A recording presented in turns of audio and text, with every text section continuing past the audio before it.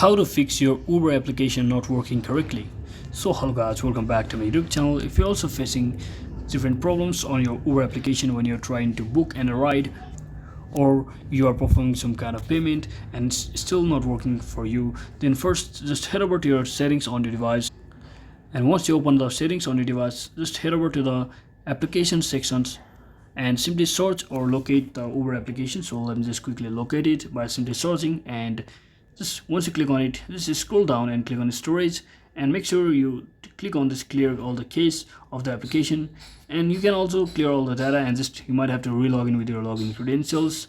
And once you reopen the application, it should work correctly. And if it is still not working correctly, then final thing what you can also do is just head over to your Play Store and simply search in for Uber application, and make sure you have updated your application to its latest version. As you can see, it's already up to date for my case, so always make sure it's up to date. And if there's any bugs or issues causing that problem, then it will be fixed successfully. So that's it for today guys. Thanks for watching. Don't forget to like and subscribe to the channel. See you on the next one.